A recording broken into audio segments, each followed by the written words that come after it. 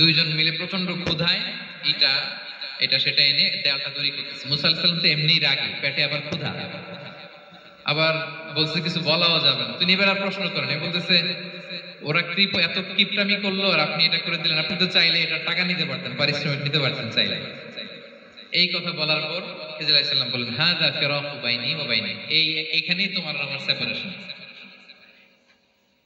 আর সামনে আগানো যাবে না, তোমার কোনো ধৈর্যই নেই। তো এতটুকু তোমাকে আমি বলি যে আমি একটাও আল্লাহর আদেশ ছাড়া করি নাই, আল্লাহর আদেশে আমি করেছি। কি? এক নম্বর হচ্ছে ওই যে আমাদের ভাড়া নিতে চাইলো না, আমাদেরকে পার করে দিল, নৌকাটা ছিদ্র করেছি কারণ এই এলাকায় একজন জালিম বাদশা আছে, সে নৌকা পেলেই গরিব মাঝিদের নৌকা সিজ করে নিয়ে যায়। তো এটাকে যখন তলায় ছিদ্র করে দিছি, এই রাজার লোকেরা এসে দেখবে যে এটা তলা ছিদ্র, তো পানি ঢুকতেছে, এটা আর নিবে না, ওরা পরে সামহাও এটা রিপেয়ার করে চালাইতে পারবে। মুসা আলাইহিস সালাম বলে, সুবহানাল্লাহ, তাই তো, এটা তো আমি বুঝতে পারি নাই।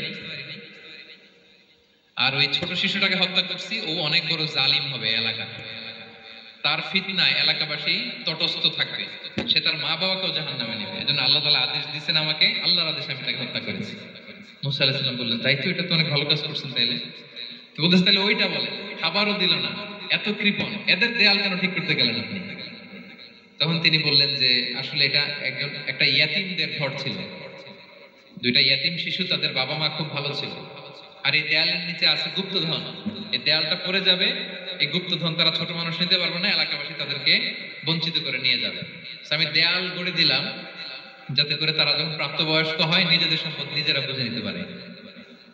সুবহানাল্লাহ ওয়া বিহামদিহি। মুসা আলাইহিস সালাম বলে, তাই তো, এগুলো তো আমি বুঝতে পারি নাই।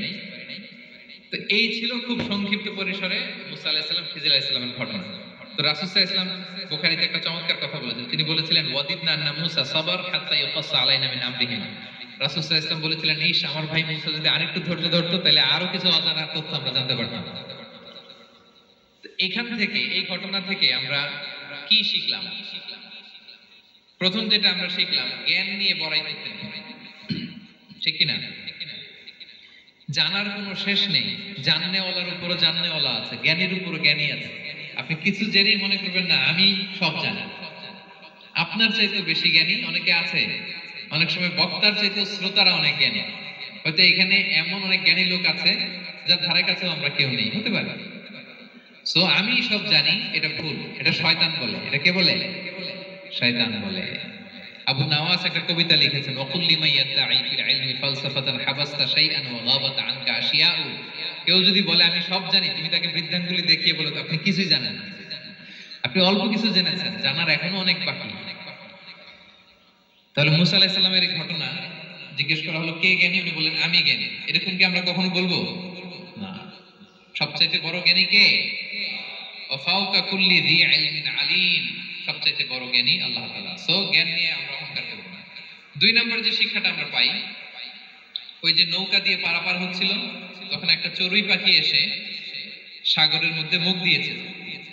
তো খিজির আলাইহিস সালাম বললেন, মুসা, তুমি কি চড়ুই পাখিটা দেখতে পাচ্ছ? হ্যাঁ, দেখতে পাচ্ছি। চড়ুই পাখিটা যে সাগরে মুখ দিয়ে দেখতে পাচ্ছ? হ্যাঁ, দেখতে পাচ্ছি। তখন খিজির আলাইহিস সালাম বললেন, চড়ুই পাখিটা সাগরে মুখ দিয়ে পানি খাওয়ার পরে চড়ুই পাখির ঠোঁটে বা চঞ্চুতে যতটুকু পানি লেগে আছে, এই পানিটা হচ্ছে তোমার, আমার এবং মহাবিশ্বের আমাদের সকলের জ্ঞান। আর এই মহাসাগরের সকল পানি হচ্ছে আল্লাহ তাআলার জ্ঞান। আল্লাহ তাআলা বলেছেন, ওমা উতিতু মিনাল ইলমি ইল্লা কালিলা। আমি তোমাদেরকে একেবারে অল্প জ্ঞান দিয়েছি, একেবারে অল্প। এই রহস্যে ঘেরা এই মহাবিশ্বের অনেক কিছু আমাদের অজানা। প্রিয় ভাইরা, আমরা অনেক কিছু জানি না, আমাদের এই লিমিটেড নলেজে এগুলো ধরে না, তারপর আমরা জ্ঞানের বড়াই করি। আপনারা উপমাটা বুঝতে পারছেন? একটা নৌকা থেকে চড়ুই পাখি ঠোঁট দিয়ে পানি খাচ্ছে, পানি খাওয়ার পরে স্বভাবতই চড়ুই পাখির ঠোঁটে একটু পানি তো লাগবে। খিজির বললেন যে এই পানিটা হচ্ছে তোমার, আমার, পৃথিবীর সবার জ্ঞান, আর এই সাগরের বাকি পানিগুলো কার জ্ঞান? এবার সফর তিন হচ্ছে সবর। আল্লাহ তাআলা আল্লাহর নবীকে তাওরাত দেওয়ার পরেও আরো ট্রেনিং সেশন করাইছেন খিজির আলাইহিস সালামের কাছে, যে যাও, ওনার কাছে গেলে তুমি ছোট হবা, নত হবা। জ্ঞান যদি আমি নিতে চাই, আমাকে ছোট হইতে হবে। ধরেন একটা গ্লাস থেকে একটা খালি গ্লাসে পানি ঢালবো, তো যেটাতে নেওয়া হবে এটা উপরে থাকলে হবে? যে গ্লাসটার মধ্যে পানি আছে এটা উপরে থাকবে, ওইটা ব্ল্যাঙ্ক গ্লাসের মধ্যে পড়বে। আপনি নলেজ ইলম নিতে চাইলে আপনাকে নিচে থাকতে হবে, উনি উপরে থাকবেন। আপনার আপনার শায়েখ আপনাকে দিবে, আপনার উস্তাদ আপনাকে দিবে, আপনার মুর্শিদ আপনাকে দিবে। বুঝতে পেরেছেন? তাহলে আমাদেরকে হাম্বলনেস লাগবে, শিখতে হইলে হাম্বল হইতে হয়, বিনয়ী হইতে হয়। আচ্ছা 2 নাম্বার সফর করতে হয়। এটা আল্লাহ মুসা আলাইহিস সালামকে দিয়ে করাইছেন, যাও পিছে পিছে উস্তাদের পিছে পিছে ঘুরো। তো এজন্য সফর করতে হয়। এখন ঘরে বসে অনেক কিছু জানা গেল, উস্তাদের